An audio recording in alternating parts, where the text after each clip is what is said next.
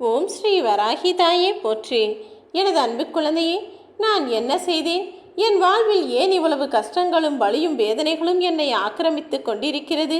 எல்லாரும் என்னை காயப்படுத்துகிறார்களே என புலம்பிக் கொண்டே இருந்தாயல்லவா?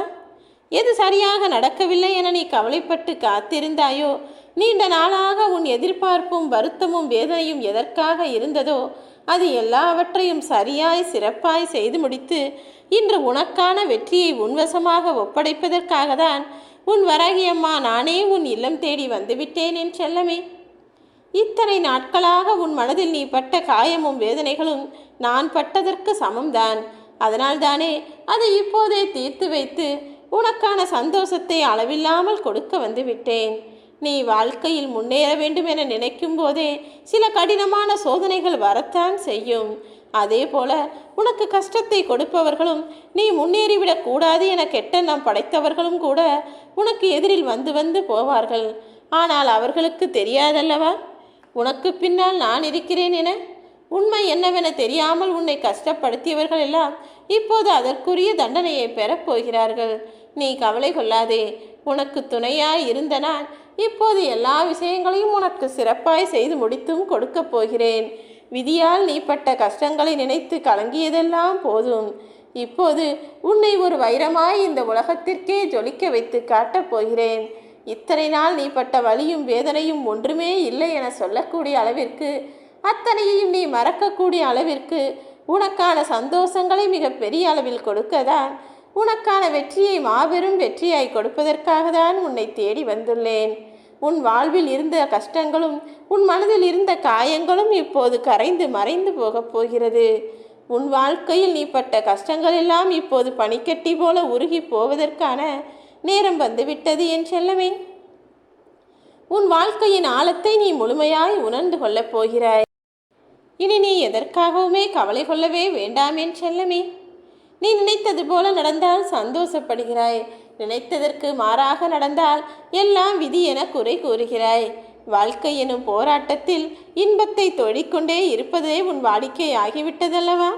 சோகமும் துன்பமும் இரண்டுமே வாழ்க்கையின் நிலையில்லாத கண்ணாடிகளை போன்றதுதான். அதை கடந்து வர பழகி கொண்டாலே நீ எதிர்பார்த்த இன்பம் தானாகவே உனக்கு கிடைத்துவிடும். வாழ்க்கையில் தேவையற்ற விஷயங்களை நினைத்து மனம் கலங்குவதை முதலில் நிறுத்திவிடு. எது தேவையோ அதை நினைத்து கனவு காணத் தொடங்கு.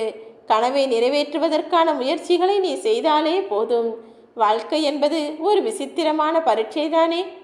அதை பார்த்து எப்போதும் மற்றவர்களைப் போல வாழ வேண்டும் என நினைக்கக்கூடாது. ஏனெனில் இந்த விசித்திரமான பரீட்சையில் மனிதர்கள் எல்லாருமே தேர்வெழுதக்கூடியவர்களாகத்தான் இருக்கிறார்கள்.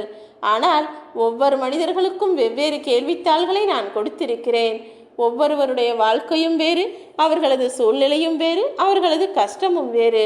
அதில் ஒருவரை பார்த்து நீ காப்பி அடிக்கலாம் என யார் நினைத்தாலும் நிச்சயம் தோல்வியைத்தான் அடைவீர்கள். ஏனெனில் வாழ்க்கை எப்போதும் எல்லாருக்கும் ஒரே மாதிரி இருக்காது அல்லவா? அவர் வாழ்வில் அவருக்கு என்ன நடக்கிறதோ, அவர் சூழ்நிலை எப்படி இருக்கிறதோ அதை பொறுத்து அவர் வாழ்வில் ஒரு விஷயத்தை செய்வார். நீ அதை பார்த்து அவர் ஜெயித்து விட்டார், அதே போல் நாமும் செய்தால் நாமும் வாழ்க்கையில் வெற்றி பெற்று ஜெயித்து விடலாம். அவரை போல காசு பணம் சொத்து சுகம் என சந்தோஷமாய் வாழலாம் என நினைத்தால் அது தவறாக மாறிவிடும். ஏனெனில் இந்த வாழ்க்கை எனும் பரீட்சையில் ஒவ்வொருவருக்கும் வேறு வேறு கேள்விகளை அல்லவா நான் கொடுத்திருக்கிறேன். அவரவர் கேள்விக்கு என்ன பதிலோ அதை தான் அவர்கள் செய்ய வேண்டும். அவரவர் வாழ்வில் என்ன செயல்கள் எழுதப்பட்டிருக்கிறதோ அதைத்தானே அவரவர்கள் தேர்ந்தெடுக்க வேண்டும்.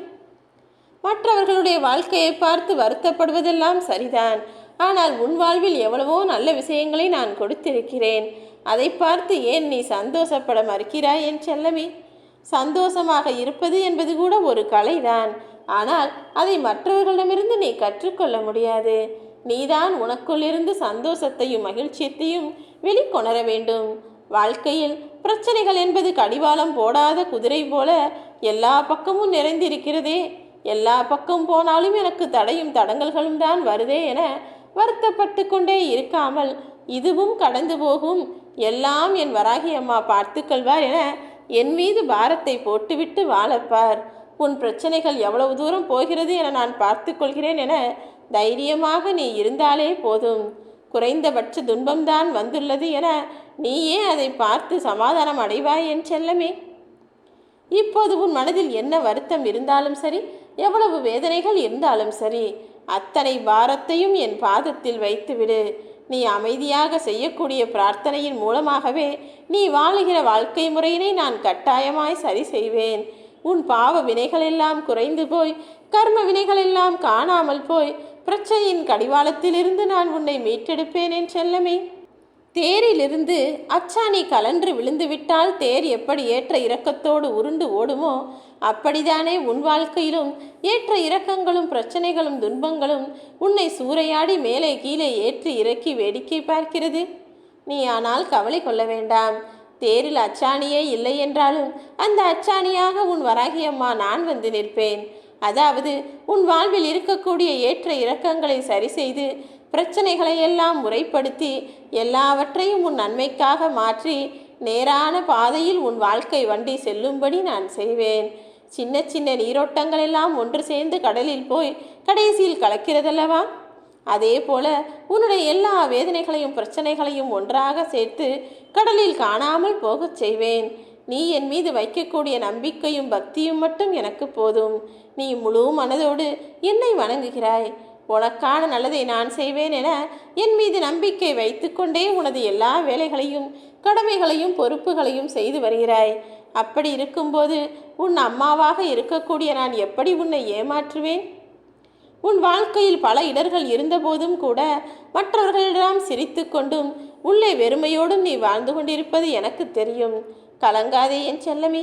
வேண்டாம் என தூக்கி வீசப்படக்கூடிய சாதாரண விதையும் கொட்டையுமே மரமாக வளரும்போது உன்னை தூக்கி வீசியவர்களையெல்லாம் அண்ணாந்து பார்க்கும்படி உயரமாய் நான் வளரச் செய்வேன். உன் மனபாரத்தின் மீது நீ கவனம் கொள்ளாதே.